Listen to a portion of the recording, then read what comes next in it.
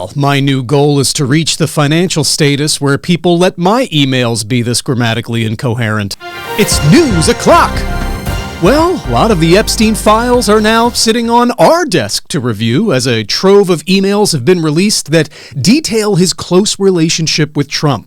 Or as Fox News is reporting, 2,000 pages and only this many directly implicate the president? Now, I've always known Trump isn't an upstanding citizen, just look at his posture, but in just these emails released, Epstein calls Trump dirty, borderline insane, dangerous, fucking crazy, and without a decent cell in his body. But then he also spent Thanksgiving with him, making anyone with an extended family say, yeah, that sounds about right. Can't wait to see everybody. So now as we scour the correspondence, the only one more upset than Trump right now are America's bosses who are like, well, turns out you can thoroughly read through emails when you want to. Yeah, I know this isn't the main issue, but can this be an opportunity for us to agree to fix the way we format email chains? Seriously, one dude's conversations shouldn't be harder to follow than the Zodiac cipher. Though why is any of this a surprise? Right-wing influencers already got the Epstein files and binders that I'm sure had more in them than just a note saying smile and hold this up until the check clears. The White House has been rushing to decide how to react, making it the first time this email should have been a meeting.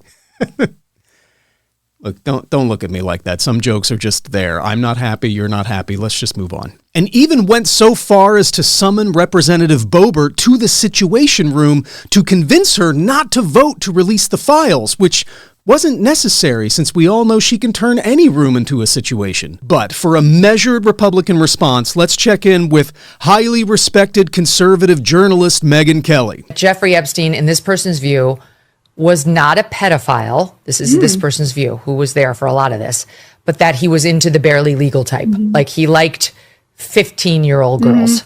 Oh, okay. Well, this is a little embarrassing, but as someone who has perused adult material, that's not what barely legal means. Would you like to clarify? That he wasn't into like 8-year-olds, but he liked the very young teen types that could pass for even younger than they were, but would look legal to a passerby. Okay, teens who passed for younger but also look older. So Epstein had a fetish for Benjamin Button? So just to recap, conservatives who not long ago were extracting Pizzagate conspiracies from QAnon hashtags are now arguing pedophilia has degrees. Now, it is true that this could all be a conspiracy against Trump, though the emails go back as far as 2011 when most of our criticism of the guy was that he made us all doubt the picture settings on our TV. And yeah, maybe Trump's right. Democrats are just trying to deflect from their bumbling of the government shutdown. But look, we can talk about both. Yes, they fucked that up. Now back to you, Mr. President, being the dog that hasn't barked. It is looking more and more